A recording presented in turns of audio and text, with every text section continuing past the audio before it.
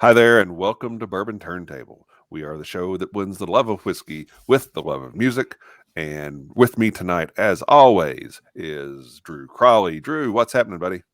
Hey, not a whole lot, man. Just enjoying a nice, relaxing Sunday evening. A little bit of snow on the ground. Not too much yet, but Yeah. supposedly we're going to get a little bit overnight. So we'll see what happens with that. Yeah. As you all well know, nobody in Louisville knows how to drive if there's any kind of precipitation whatsoever. So tomorrow going to work should be entertaining, to say the You, you, least. you could have ended that sentence with nobody in Louisville knows how to drive. That's Period. true. Okay.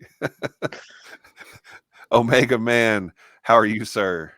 I'm doing great. Same as Drew. Healthy. Taking in the snowfall, staying healthy amidst all the COVID going around. So Strong, healthy, disease-free, right? Yep. Awesome.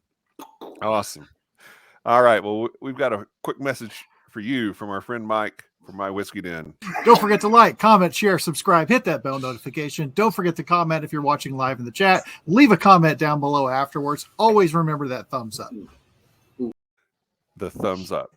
Always the thumbs up. So thanks, Mike. Appreciate that. And I need to get it where you're like, and back to you, Kevin. And There you go. And back to you, Kevin.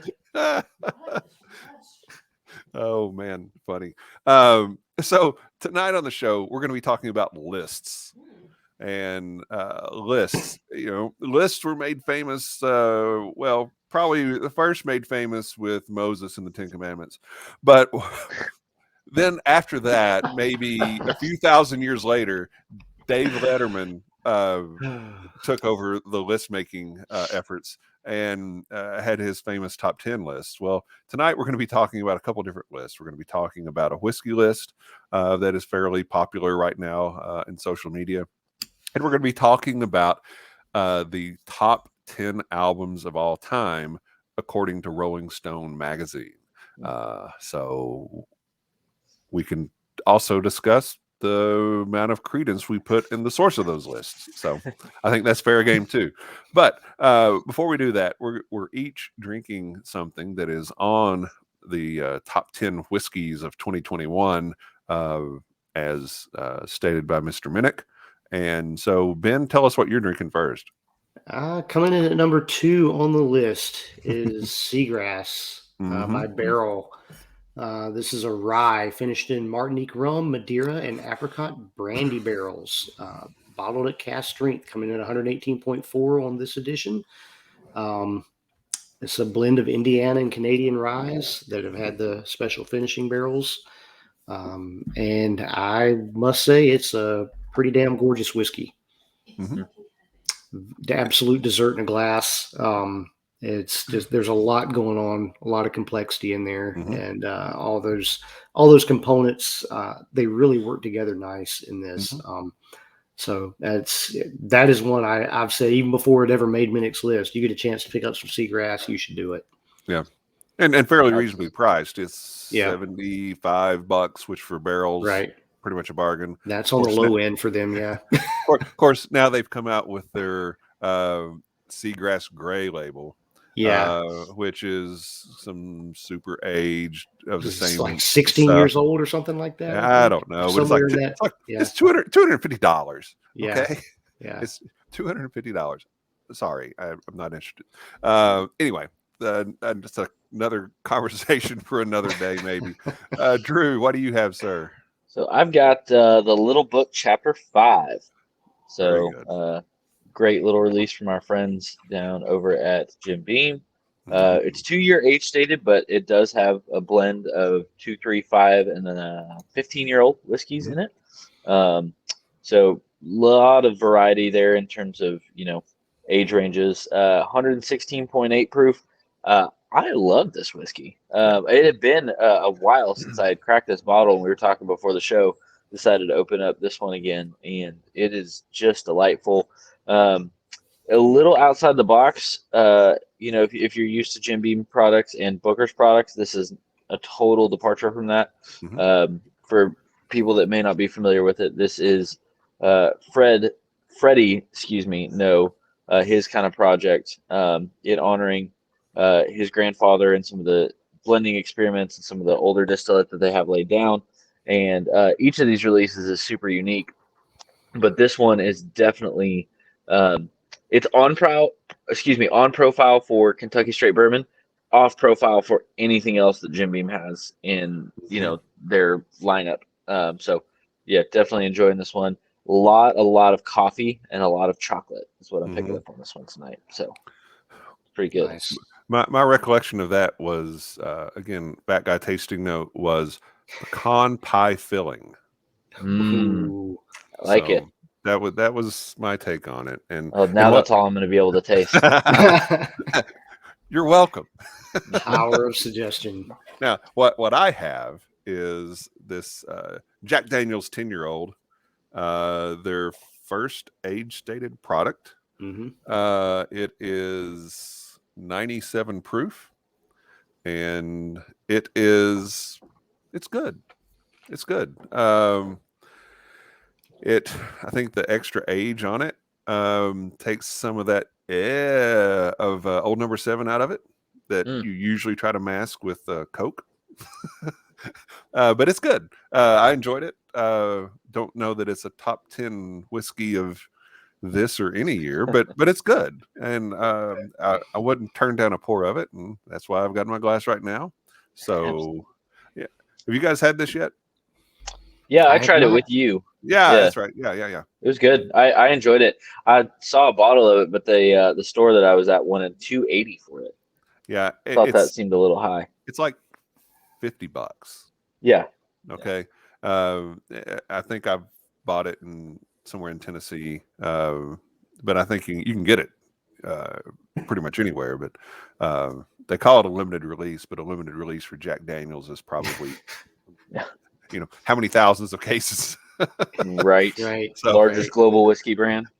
Limited is a relative thing, but good, gentlemen, cheers to the show. Cheers.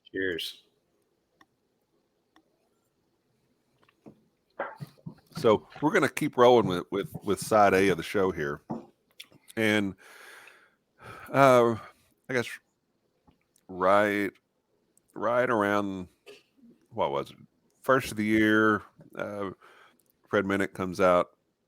Fred Minnick, you may have heard of him if you follow bourbon. Fred Minnick came out with his top 100 list, and then narrowed that down in a live YouTube show and came up with his top 10. And the top 10's listed here. But first, I have to wonder, what kind of demon is Fred trying to conjure up in that picture? I mean, holy cow. It's just, that's evil. It's the Ascot, man. He doesn't look like he's enjoying that whiskey at all. What is in that glass? Anyway, sorry, Fred. So the list is here, and you can see that. Any initial thoughts or comments? The only two I've personally had are the top two, the Russell's Reserve 13 and the Barrel Seagrass. The others, I've had Eagle Rare 17, but that was a long time ago. I've heard some really good things about that Remus Repeal 5. The others, you guys you've tried the Jack Daniel's 10 years, so you can speak to that. But the Russell's Reserve 13, for me, it's a really good bourbon, but do I see that as being the number one whiskey for 2021 for him? No. Or, for me? No, it was like, okay, this is nice. It's also almost, I don't want to say forgettable, but I've, move on since had a lot of other things, and I haven't gone back to that 13-year going, oh my God, I need to get my hands on a bottle of that. Right. It didn't blow my doors off. Yep. No, still saying really nice whiskey, really nice bourbon, but there's not anything with the Russell's name on it that is not really good. Yep. Okay. That's very true. Very true. I've not had anything Russell's Reserve related that is bad. That doesn't exist in this universe. All that being said, Russell's Reserve 13 is like, this is a really nice Russell's Reserve single barrel. It's kind of like what the flavors are what you like about that single barrel. They're just cranked up a little bit. You know, you get there's a little bit, obviously, a lot more oak impact that comes in with the age on that Mhm. one. But that's really that's what Right. it is. It is what it is. It's a beautiful bourbon, Mhm. but sit at number one. But you know, Yeah. What else, Drew? What's your first Yeah, stop? I've gotten to try most of these, with the exception of the Kuiper Belt and the Bardstown Triple Stave. Yep. Um, I think most of these are somewhat limited. So no surprise there that, something that a brand puts out that is special makes a top 10 list. I found it interesting that there is no overlap, I believe, between any of our whiskey of the years. And I had Little Book 5 in my top oh, five. that's right, you did. yeah. Yep. Um, I'm partial to the Old Forester. I think Yep. there are better years. I really like the 2018 better Mhm. than this year. The Remus Reserve, I thought was excellent. But other than that, yeah, I don't know that a lot of these would make a top list, at least from my palate. And that's kind of to the heart of a list like this, is just because it's Fred's top 10 doesn't mean that that's what my palate's going to align with, Right. or your palate's either. And so that's kind of the cool thing about this whole hobby, is it's very subjective. If Right. that's what he loves, by Right. all means. I'm not going to sit here and say that that's the worst list ever, but it's not for my palate. Right. The best 10. Right. I will come back on that. It just occurred to me. I have had the Bardstown Bourbon Company, the Triple Stave. Mhm. I thought it's nice. There's some really nice notes in it, but to me, I felt like the finishing staves were fighting against each other. That Hmm. it was not real congruent. Everything hadn't come together kind of seamlessly, if you will. So that part of it, I don't say I had a hard time with it, but that part was a little bit slightly off-putting to me. It just Mhm. felt like there were certain moments where the flavors from the staves were kind of they were duking it out, and they had not really congealed in a really good way. Um, there were some good notes that came through in that, but it did not have the seamless feel of a really top-notch whiskey with that kind of price tag, and then making a top 10 list. So Yeah. I would agree with that.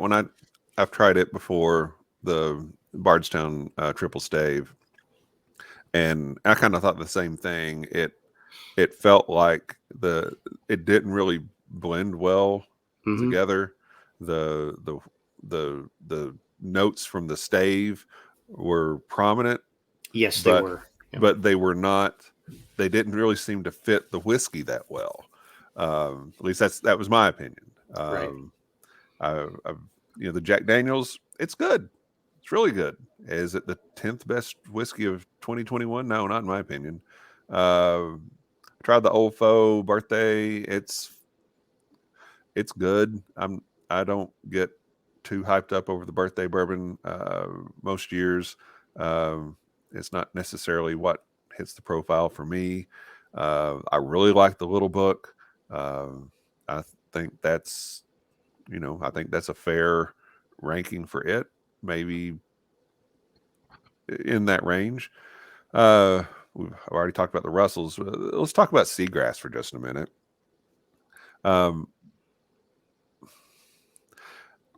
I for a while I really discounted what Barrel was doing because okay, they're just sourcing whiskey, but they're not. They're doing a fantastic job as blenders and doing putting together some really creative blends, and uh, I've grown to really respect that brand and what they're doing, and they've got the Stellum brand out as well, which is Hmm. kind of a more affordable price point, but still really good blends. Uh, but with the Seagrass, I like it. I really enjoyed it. Is it the number two whiskey of 2021? Not to me. I think it catches a lot of hype, Hmm. and and that doesn't mean that it's bad, but I just don't know that it's that good. Yeah. Well, at the risk of starting something and saying something out of line here, there are a lot of sponsorships that go into someone with a following that large, Sure. like Fred. And not saying that anybody's being bribed or whatever, but Beryl is a sponsor on his podcast and on his YouTube show, and there is something to that. I think probably there's at least some kind of correlation between, okay, who's paying me to drink their whiskey and review it all year versus what shows up as my favorite. Well, it might Right. just be because that's what you've been drinking all year, or Sure. had the most exposure to. I don't know. It's important to note that there is money behind a lot of these ranking lists, not just Fred's. I mean, just about everybody that puts out a top list that has any kind of following is got some kind of sponsorship money coming from a distillery or from a brand of some kind. Yeah. No, I think that is a valid point, and not to pick on Fred, but he and a lot of other people are in that line of business, and that's how they put food on the table. Sure. And it makes it difficult, I think, to be completely objective all the time, and that I think is something that everybody needs to weigh and consider when looking at any list. Because to me, the point of lists like this are to introduce people to one person's opinion. And there may be some things on this list that you haven't had before, or you can go all the way down the whole top 100 and there may be a lot of different things that you may not have had tried before, and it piques your interest, and that's great. But at the end of the day, the most important determiner of what's the best whiskey is you, not me, not Ben, not Drew, as smart as those guys are. It comes down to what you like, and drink what you like, not because it's the in thing, the popular thing to get, not because everybody's standing in line at 2 a.m. in 15-degree weather outside of Old Forester without any real idea that they're going to have anything special to put out that day. Right. No, I think you're hitting the nail on the head. I think the reality is you've got to, whatever list you look at, that's fine. Understand the objectivity of it. The best thing you can do as a consumer, as an enthusiast, is understand who put out the list and what that person's palate and profile preferences are. If they match up with yours, then that list may be very valuable to you. But if they typically choose whiskeys that are not in your wheelhouse or things you don't enjoy, then that list is going to be almost worthless to you, except for the fact that these may be whiskeys I want to avoid.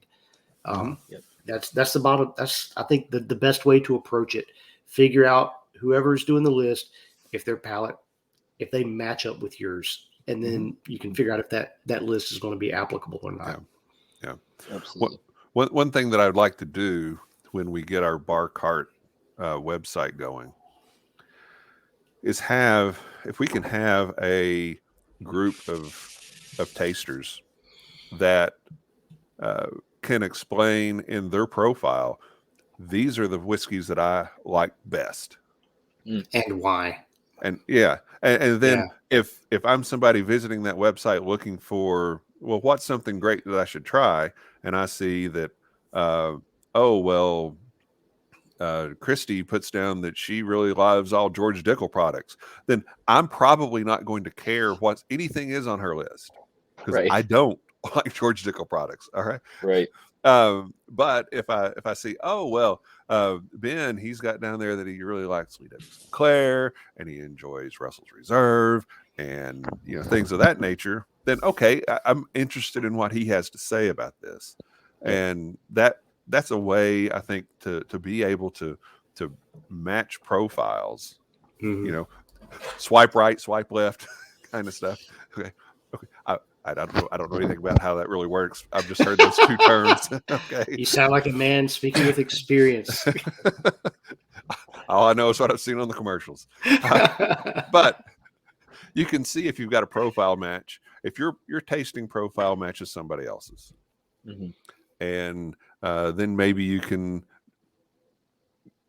experiment and get into what somebody else may like as well. But I think that'd be a great way to help people find new things to try, as opposed to just counting on the opinions of one or two people whose profile may not match yours at all, and the things that they're tasting may be things that you really can't get anyway.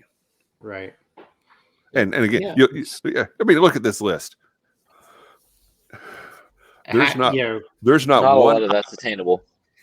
Actually, the Seagrass may be the most attainable, and the Jack Daniel's 10-year probably out of all of that. Right. The others are going to be allocated and extremely difficult or expensive, right, to procure. Right. So again, being able to find these things at a reasonable price would be a nice list to have too. So right. Anyway, any other thoughts on that list?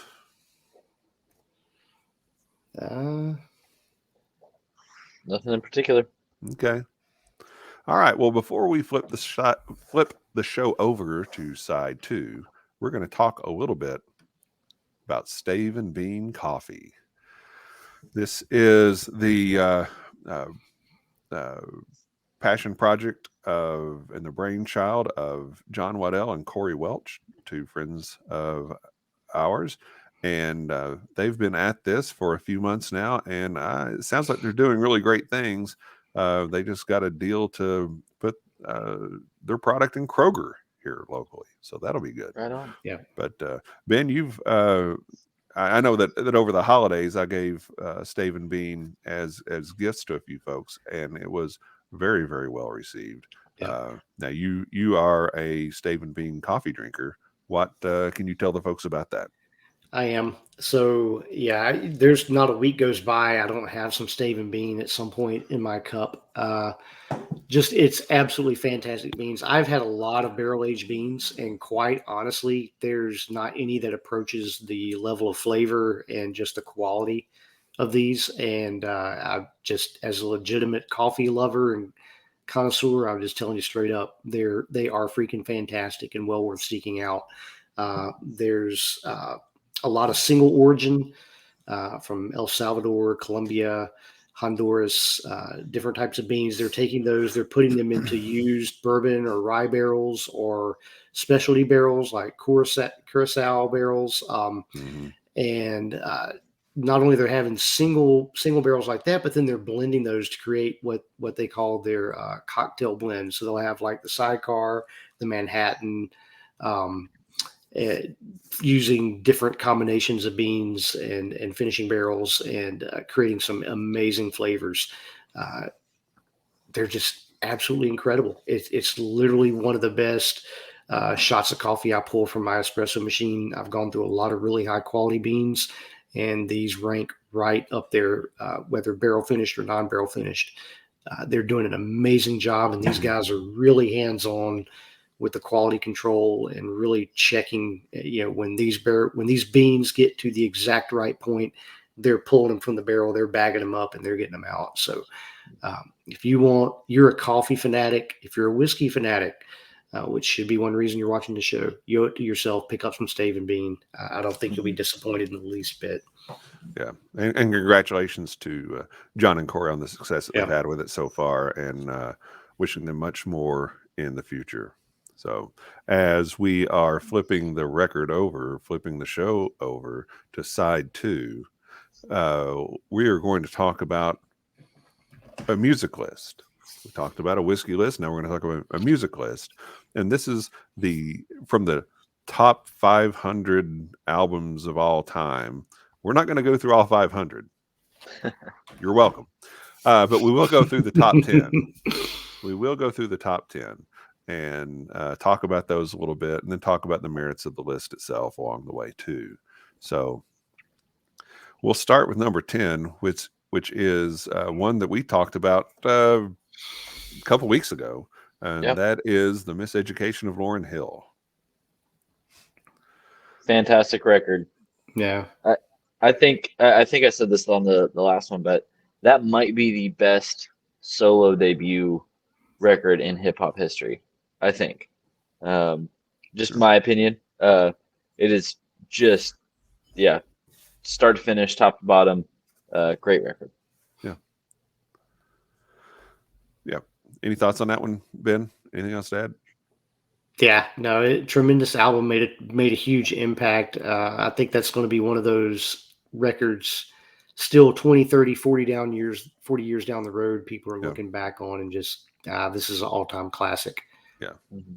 Yeah, it was one of my, I think I listed it as one of my top 3 hip-hop records of the 90s, and it really is a fantastic record. And even if you're not into that genre, even if you think, oh, I don't like rap, I don't like hip-hop, this is one you need to try.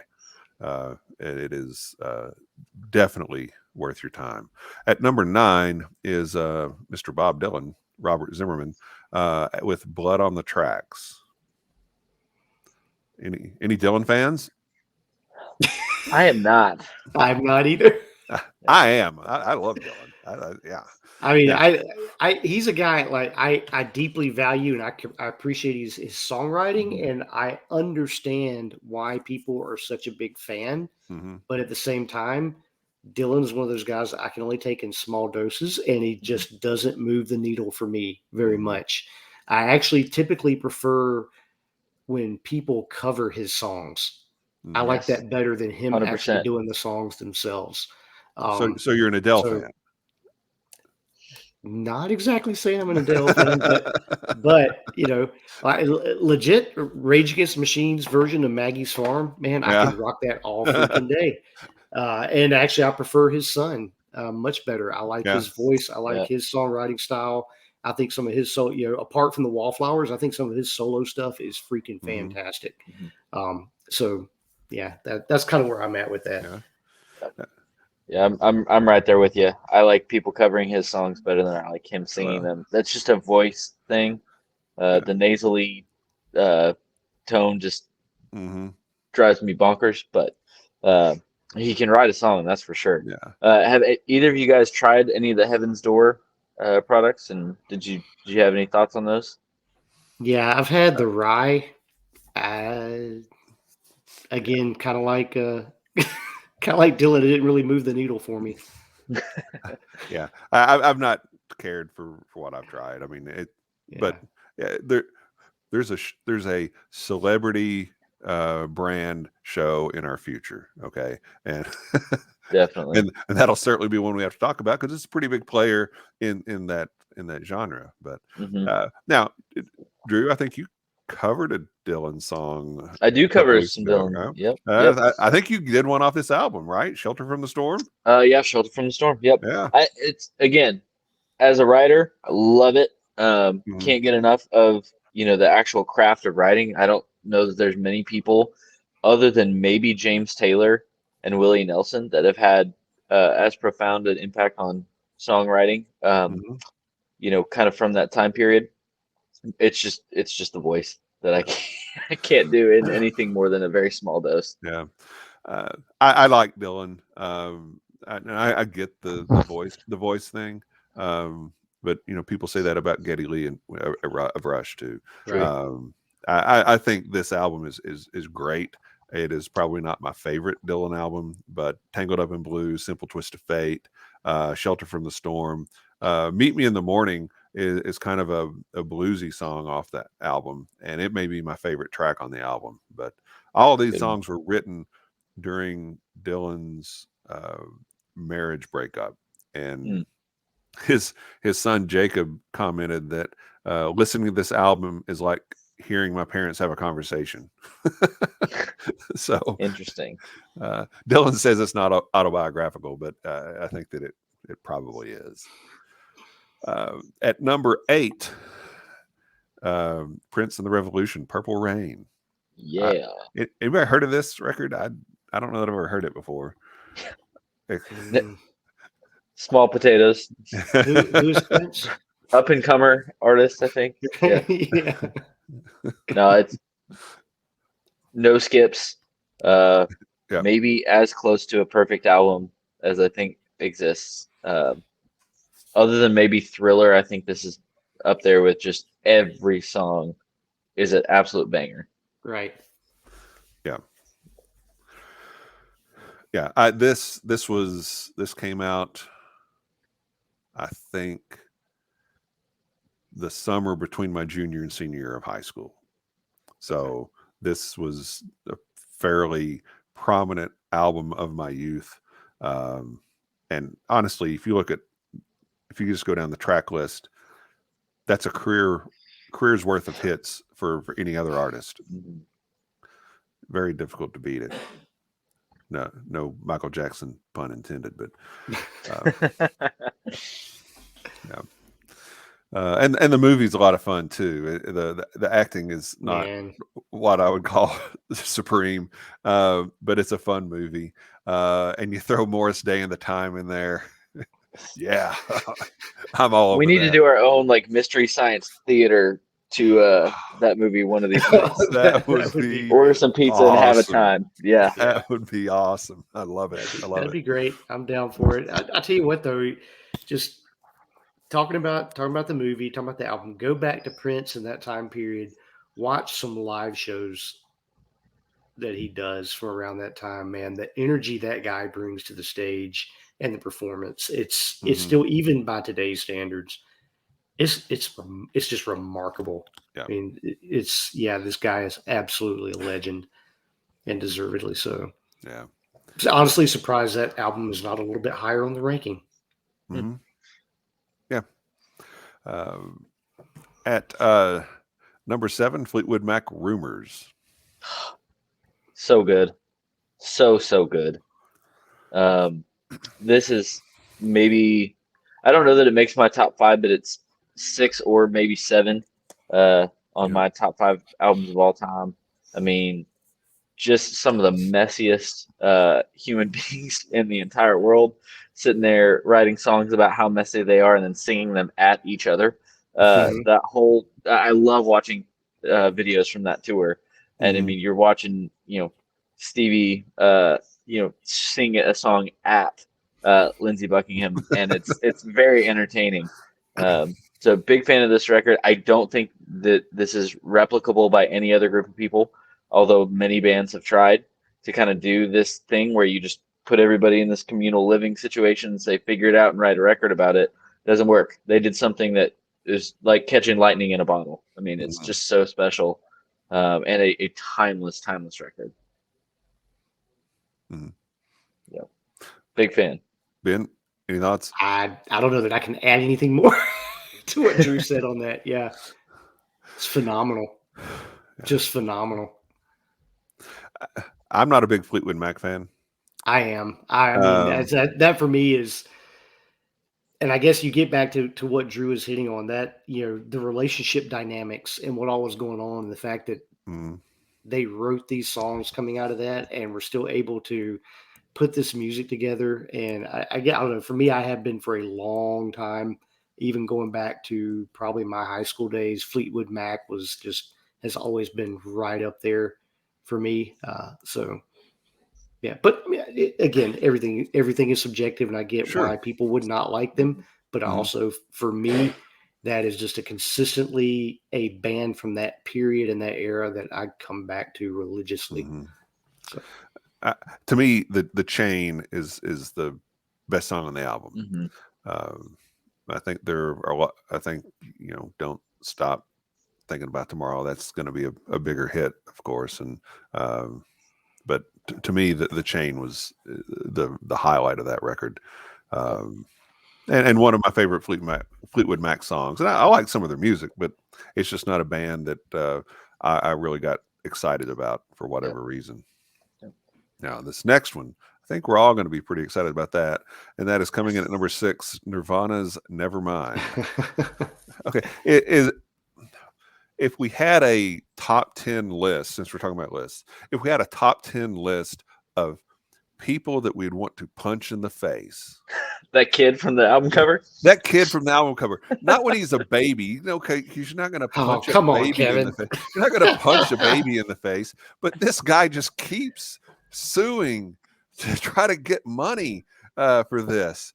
Yep. I mean, dude, it was what, 20, 25 years ago? Yeah. Give it a rest. You've already Right. lost. He's lost in court before, and he keeps suing them again. He's on the top 10 list of people that we want to punch in the face. So beyond that, let's talk about the music on this thing. Oh yeah. Yeah. Ben, what's this one do for you? I mean, it's weird because coming out of the grunge era for me, favorite era of music, one of the most impactful for me. We've had that discussion talking about grunge on here. Nirvana was not my favorite band coming out of that, probably on the actually lower end. But at the same time, I also recognize the impact they made. I mean, they shifted the needle probably like maybe only Elvis and the Beatles ever have in music. That whole album is just absolutely incredible. As far as that goes, just song after song after song. It's rough, it's raw, it's pure what grunge is, you know. So undeniably top 10. Yeah. I mean, you look at the impact, I think music today is still impacted by what Nirvana did. Artists now that are coming on the scene, you know, still impacted by Nirvana, by Kurt Cobain, and hard to argue anything, you know, in my opinion, negative against that. So, Agreed. Drew? Yeah, the word you used, raw, I think, is the one that stands out to me on this one. It's just from the writing itself to just the way you can hear Cobain's vocal cords are like ripping in like on the microphone. Like you can tell he's, you know, destroying his voice.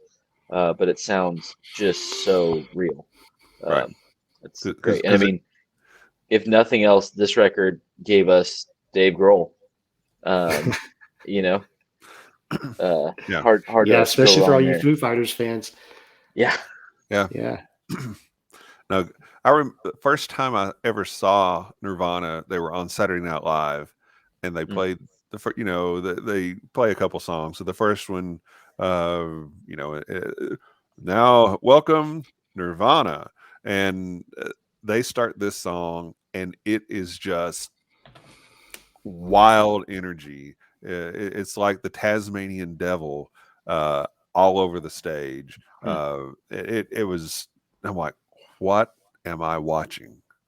This is something that I'm unfamiliar with, and man, it's just fantastic. So now we're getting to the top 5, and number 5 is the Beatles' Abbey Road. And I know Ben is not a Beatles fan. Not at all. So working at the distillery, when we're on the bottling line, we usually have there's a playlist going each day, and there's a lot of times there's a theme. Like on Mondays, it's metal, and I am all in for that. Tuesdays, there's a lot of 90s alternative, a lot of 80s new wave, and then usually by about, I want to say it's about Thursday or so, there's a lot of freaking Beatles and George Harrison and Paul McCartney and Wing and stuff like that going on. And I just want to climb the freaking walls after about an hour. Again, it's one of those things. I understand their greatness. I understand the impact, and I understand that people are a lot of people are fans. It is, as for me, from as long as I can remember, the Beatles have just, hate to use this term over again, but they've never moved the needle for me. They just don't. Their music, their songs, that's cool, that's catchy, what's next? It has not, like, oh my God. Yeah. I had friends in high school that were absolutely obsessed with the Beatles, obsessed with John Lennon, and I was like, sorry, don't get it, buddy. I just don't get it.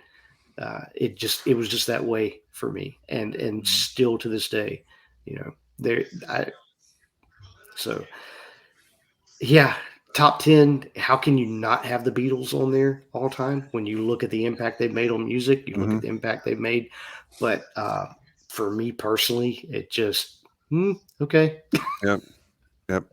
Drew, any thoughts on the Beatles, Abbey Road? No, I mean I am a Beatles fan. More so for their influence than there's any one song that grabs me.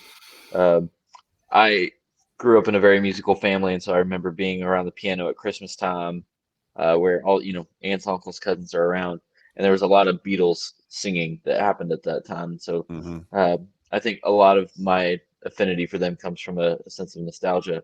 But do you look at the Abbey Road record in particular? You got Come Together, Here Comes the Sun, and what's Something. the She's So Heavy?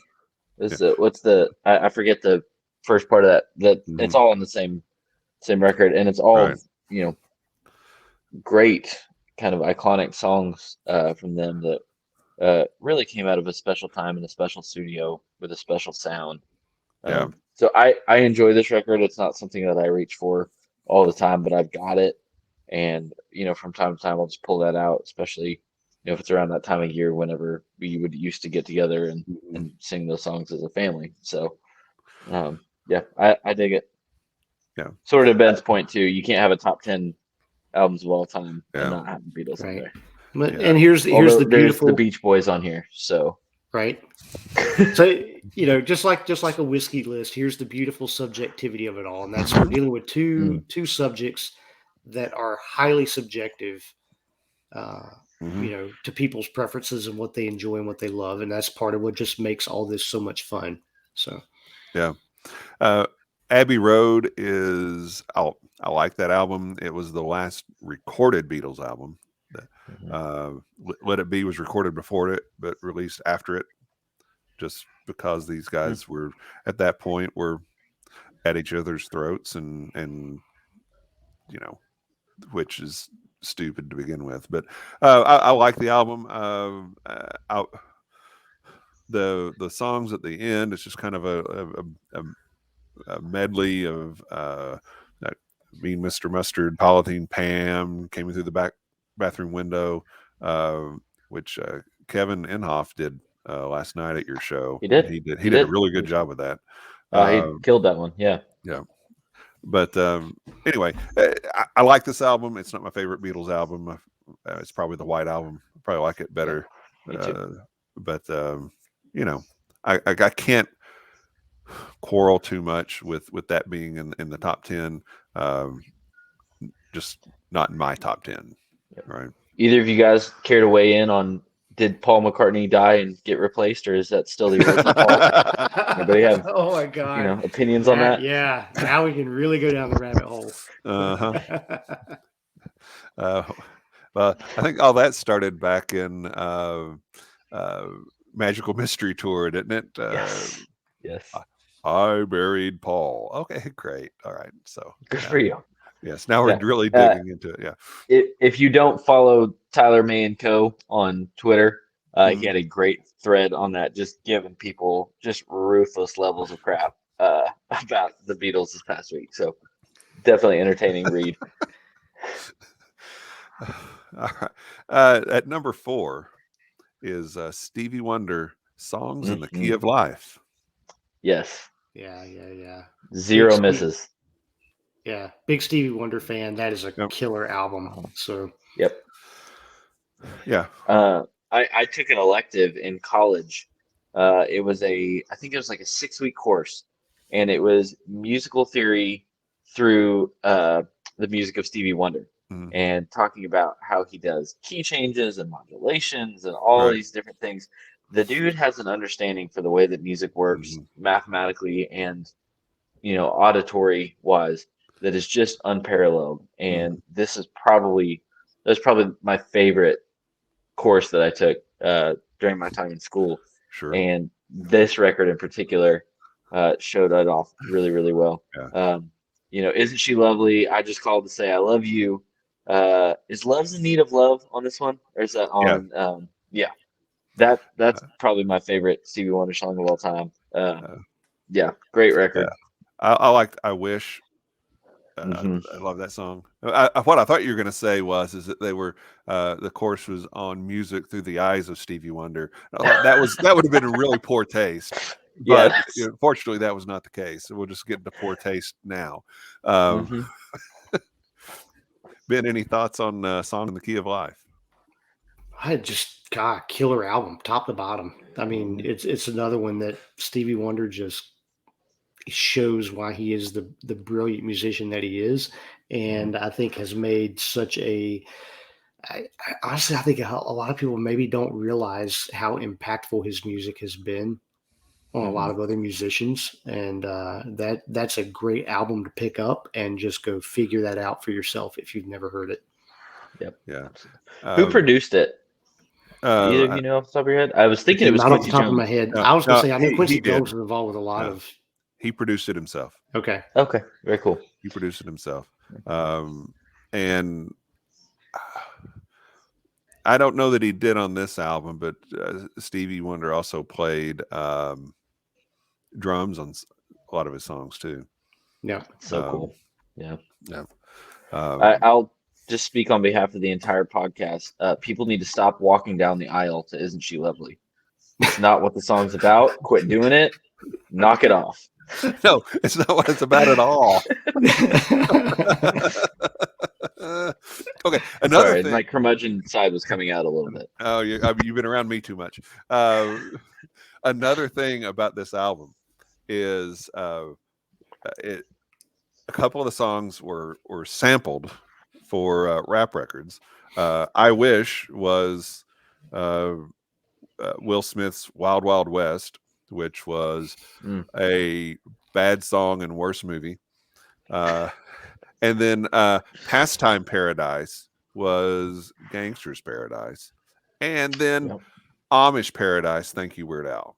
Yes. So can't miss out on that one. No, you can't miss Weird Al. But yeah, we need to do a Weird Al show. Yes, we do. Okay, I want to try to get Weird Al on. How about that? Oh, that would be incredible. I think it's achievable. That'd be incredible. Yeah. All I can say is nothing. Okay, the worst thing he could do is not respond. But we'll see. We'll see. Okay, now we're getting to the top three.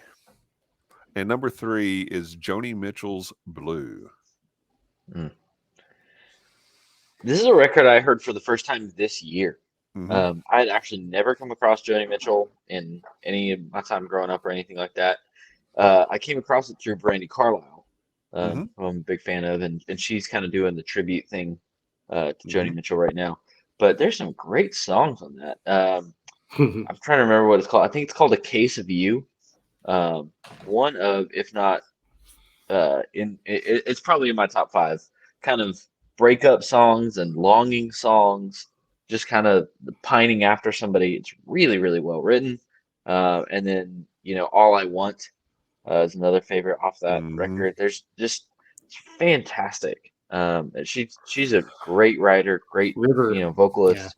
Yeah. I'm amazed that I hadn't heard about it until this past year. It kind of similar. I've been familiar with her music, but I never actually bought or listened to like that whole album until this past year. I downloaded it and have been working through it and just blown away. I've heard from so many people what an amazing songwriter, what an amazing artist. Her approach to songwriting and everything else, how different, and just what she does, man. Stellar. And this is another one that if you sit down and you talk to a lot of musicians, or if you watch and read a lot of interviews, they start naming albums that impacted them.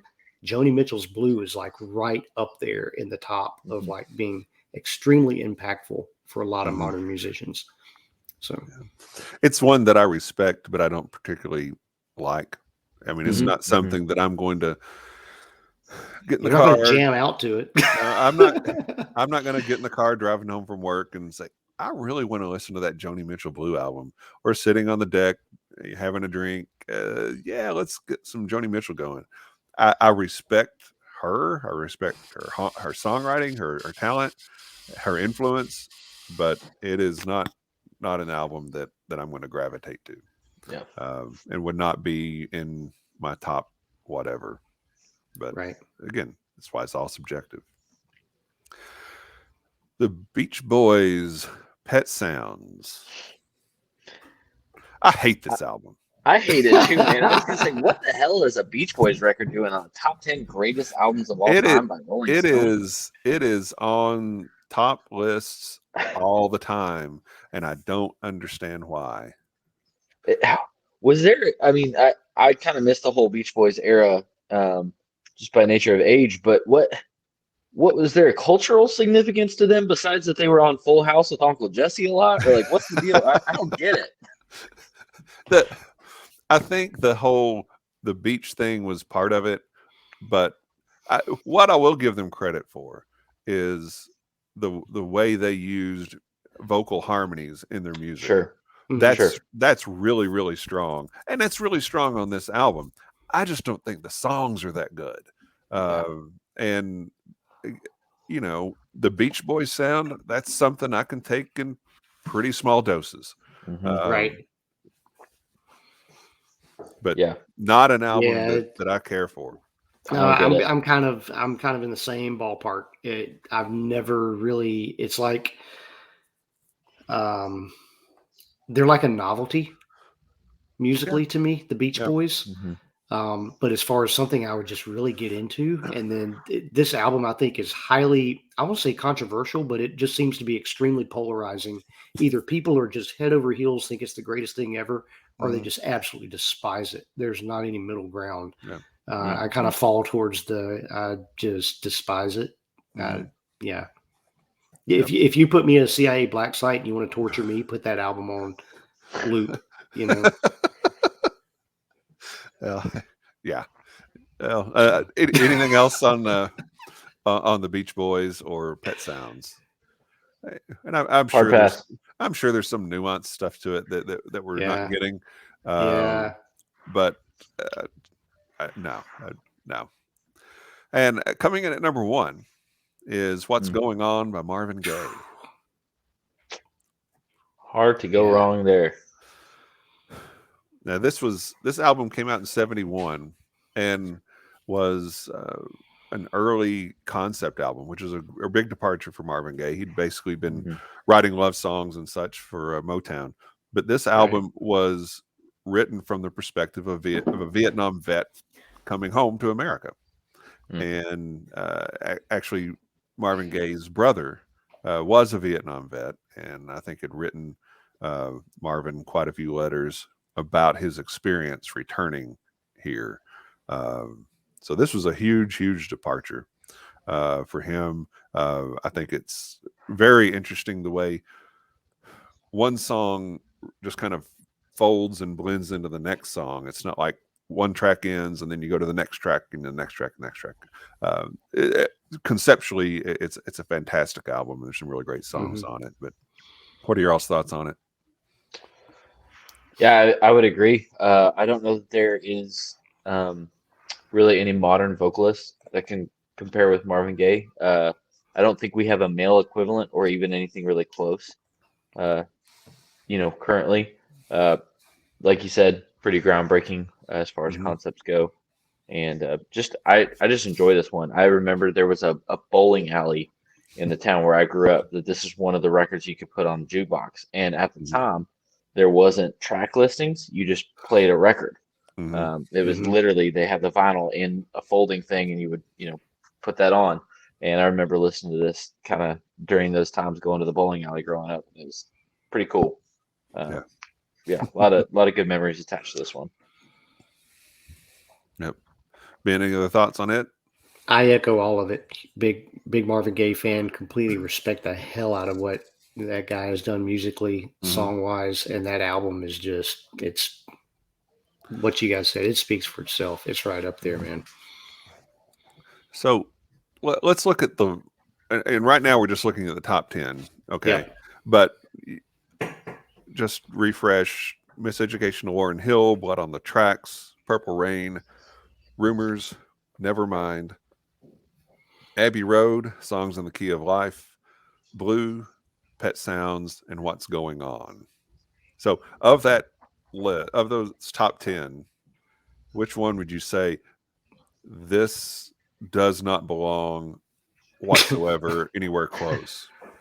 For me, you can boot Pet Sounds and replace it with Purple Rain on the rankings there. You're just moving Purple Rain up. Okay. Yeah. I think you get rid of Pet Sounds off.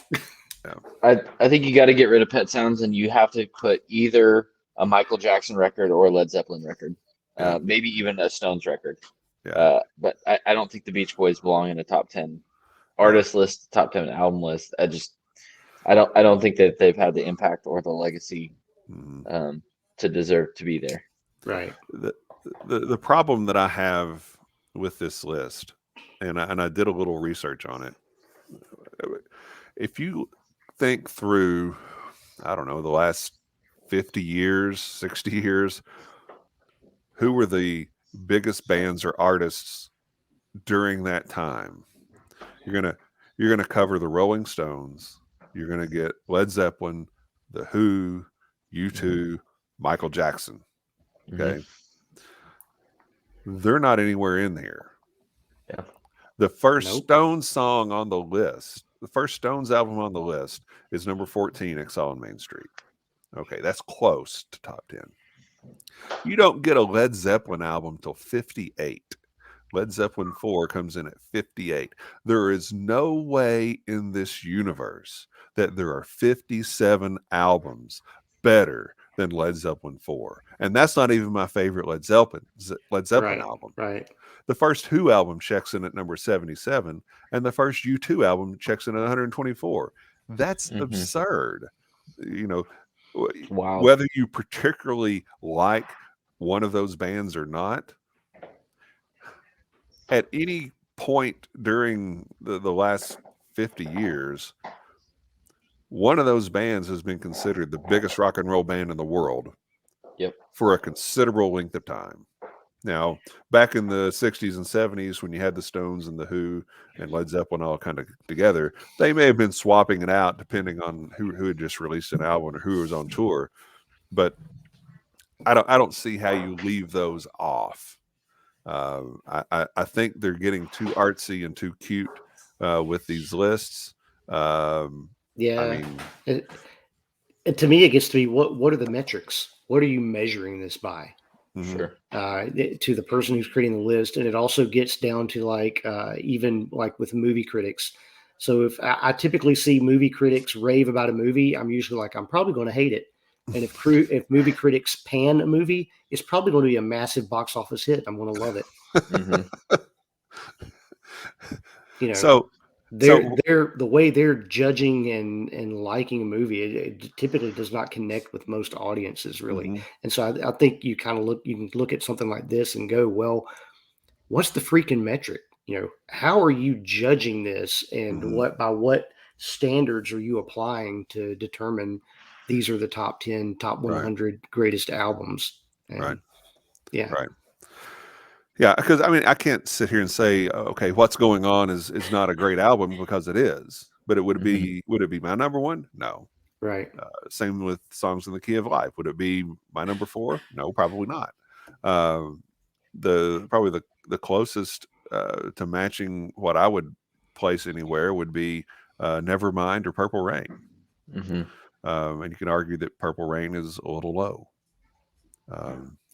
Personally, I think so. I mean, I can see there's certain albums on here that I can see, again, not your favorite, but Blue, just such a ridiculously impactful album if you start digging into it. What Joni Mitchell, again, her alternative tunings and different things that she did, her songwriting, the way she approached it, very unique, very different. I can appreciate why somebody put that on the list. And again, a lot of these, great albums, great musicians. It's hard to argue against that. But when you weigh them all against the whole catalog of modern music, I don't know. It's hard to argue for some of these. So, and I want to save some of this for another show. I think at some point we'll talk about what our top albums are personally. Anybody want to share? What's your favorite best album of all time? Oh man, I can't. Best album and favorite album are probably two different answers. That's probably true. I mean, at least for me, something that I see as a masterpiece is not necessarily my favorite. Mm-hmm. This could go back and forth. I think for me, probably favorite, just the one that I could always listen to, start to finish, would be the John Mayer "Where the Light Is" live album from his LA shows. Yeah, that's fantastic. I could listen to the whole thing front to back, all three sets, acoustic, trio, and then full band. Any day of the week, I would watch that documentary. I would listen to the songs. So I guess at this particular moment, I would say that's my favorite. Yeah. But yeah, that'll change next week too. Probably. Yeah. Ben, anything? I don't. Yeah. You start asking me about favorite music, favorite songs, even favorite whiskey. That's something I have a really hard time because that's something that's constantly evolving, constantly changing. I can tell you what are probably my most listened to albums of all time in my life. And some of these I've listened to so much, I don't think if I listen to anything else, it could touch it. Smashing Pumpkins' Siamese Dream, probably number one all time. I mean, I literally, when I bought that album, it went in the CD player of my car or my truck at the time, and it didn't leave it for literally months. I listened to that thing over and over and over and over and never got tired of it. Yep. Bob Marley, Legend. Mm-hmm. That's another one that's probably right up there. Rage Against the Machine's debut album. That one's going to be right there. Tool, probably their Enema album. That's going to be right there as far as, one of the most listened to for me personally. So if that's a metric you want to go by, you can apply that. I can't sit here and tell you those are my all-time favorite. I think all-time greatest. Yeah. But I'll just throw one out, and that's Quadrophenia by The Who.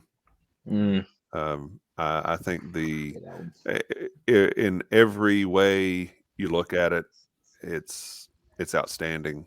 The songwriting, the vocalists, Roger Daltrey's amazing, and then just it's tough to find a better lineup than Daltrey, Townsend, Entwistle, and Keith Moon. So that would be one that I would throw out, and we'll save the rest for another day. No Mellencamp albums? No. No Springsteen on the list here tonight, guys. I don't know how far down I would have to number for a Springsteen album to show up.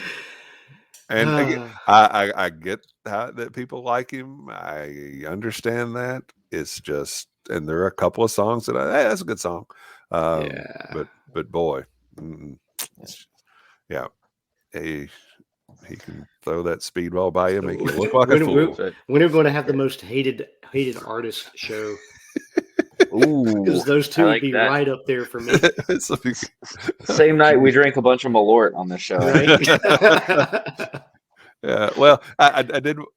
Maybe that's a better way to put it. I was going to suggest an overrated whiskey, overrated band show, but maybe it's just whiskey I hate, bands I hate. That's got a little more of an edge to it. So I like it. All right. Anything else on our lists, either whiskey, music, or otherwise? Any other list you want to make? Top 10 people you want to punch in the face? There's like 27 on my list at the moment. So it's gonna be a tough list. Got a lot of problems with you people. Okay. Festivus, so you got to wait till next year. Festivus is over. Next Festivus, Kevin. Oh, I got 11 months and a week next year. Wow. Yeah. Hey, Seinfeld's back on Netflix. Well, yeah. Have you guys seen that? What else do you need? Yeah. What else do you need? Download Drew Colley's new EP. Absolutely. Power songs. Oh, yeah. Make sure to check that out. Do it. Don't Appreciate think about it. it. Just do it. Tell a friend. Yeah. Speaking of tell a friend, Ben, tell us about another bar cart show that folks can enjoy. Try to check out Distillers Talk. It's a fascinating and a very fun show. You really want to dig deep into distilling, get into the science, get into the facts, get into the artistry of it. That's a great place to go. Host Christy Atkinson and Alan Bishop bring in a host of interesting characters and distillers from across the country and around the world, even from Russia recently. Yep. So, bringing in some fascinating information and insight into the craft of distilling. So check out Distillers Talk. Yeah. And where can people find you on social media? Nowhere. I don't exist. No. You can find me at Ronin Whiskey on Instagram, and I'm on Facebook as well. Off the grid.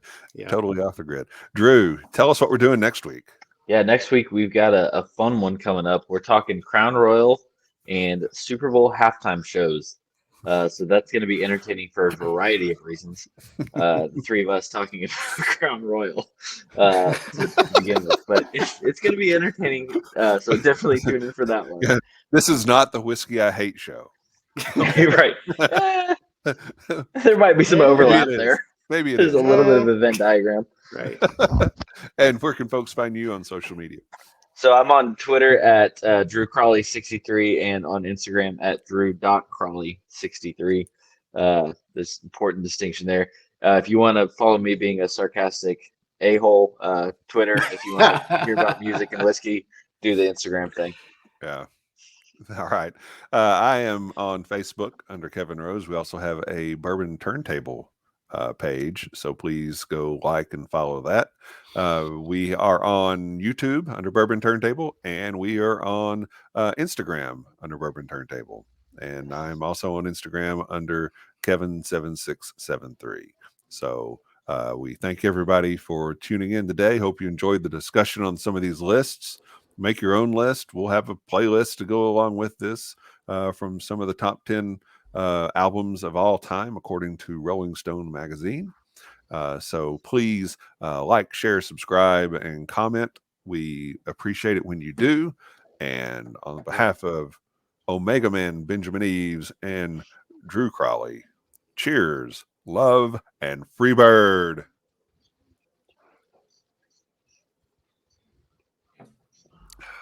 Good night, everybody.